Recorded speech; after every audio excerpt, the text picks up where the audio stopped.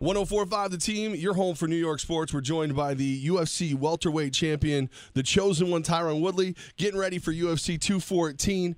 All right, you're coming off a two-fight series, against Wonder Boy Stephen Thompson. What did two fights going to the decision teach you about yourself?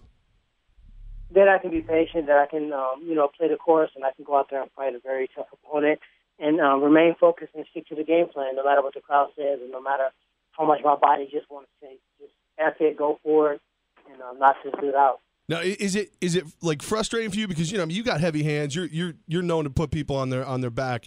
Is it frustrating for you when you can't put them down and you got to go all the way to the cards? No, I put them down a lot in the fight. It's just that every fighter is not easy to take out. Every fighter doesn't want to be knocked out. I don't want to be knocked out, so it doesn't surprise me that he's going to go out there. This is this opportunity of his life to go out there and try to become a world champion. So why should I think that he's going to just lay down and let me take him out?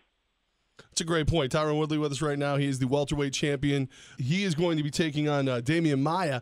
What kind of challenges does Maia present for you at 214?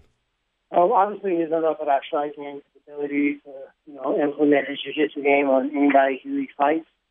He comes in. He comes after you in a way that, you aren't used to seeing. And once he gets his arms or something around you, man, it's very tough to get the guy off. So, Tyron, for anybody who isn't aware of this, and I knew this, but I guess it's just so kind of crazy when you really look at it. Man, you haven't lost a fight in like 3 years. Do you even remember what that feels like? I've lost some rounds. And, I haven't gone out there and executed the game plan like my coaches have set out. So that's not technically a loss. But when you're trying to say you want to be the greatest welterweight of all time, you got to be realistic with yourself and look at what you didn't fight and how you can do those things better. So I haven't lost, but I've had some lapses in fights, and I want to go out there and try to. My goal is to have that perfect fight where I go out there and I leave it all out there. Everything goes smoothly, and that's the time where I feel like once I have that fight, I can put my gloves down and I can walk away from the sport. So I'm very far from that point. I've had fights where I've shown power. I've had fights where I've shown endurance. I've had fights where I've shown, obviously the wrestling, the jiu-jitsu. But I've yet to put on that one fight where everything for 25 minutes straight, no mistakes, just went out there and just put on one hell of a show. All right, you're scared as a fight fan. You're scaring me a little bit, Tyron, because if let's say you go out there against Maia, who is a bad man, like you said, he gets a hold of you, he doesn't let go, and you have the perfect fight. Does that mean I don't get to see you on the UFC anymore? I got too many more guys to beat up first. I'm just saying hypothetically. All right, good. This fight is one where it's not very. It's not gonna be very easy for me to showcase everything because some of the stuff is going to be grappling where he's going to have the clear advantage. So it doesn't make a ton of sense for me to put him in a spot where he can have an advantage. Now, you're on the same card with John Bones Jones, Daniel Cormier. They seem to just absolutely hate each other.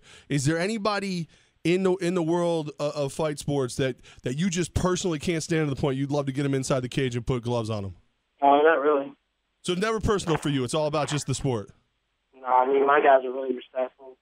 There's some young guys barking, but those guys aren't even on my radar right now.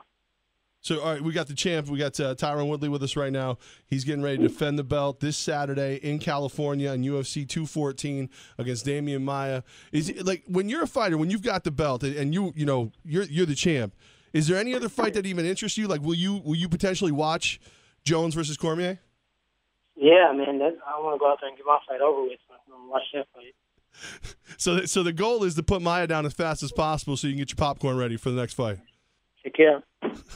We hear a lot of fighters, they'll come on the show and they'll tell us like what their victory meal is. Is there anything like that you wait for? Like you train so hard after the fight, you're going to throw back like chicken wings or lasagna or whatever? Fried chicken wings, pizza. If I got access to lasagna, I'll be happy to do. I'm lactose intolerant, so I've been sending with some cheese. So now it's probably time that I can go ahead and get after a little cheese. Tyron Woodley with us. Before I just wish you luck and send you on your way, I got to ask the question: who's going to win the boxing match between Conor McGregor and Floyd Mayweather? We will see. August 26th. Is there anybody you'd box if you could go out and just throw hands, or would you just rather get him in the cage? I could box, but right now, I just want to do my thing in the octagon. All right, man. Well, you do your thing extremely well. Like I said, you haven't lost a fight in 3 years. You're coming off a tough series against Wonder Boy. Damian Maia on the card for you this Saturday night. I will be watching, and I wish the best for you, my friend. Thank you, my man.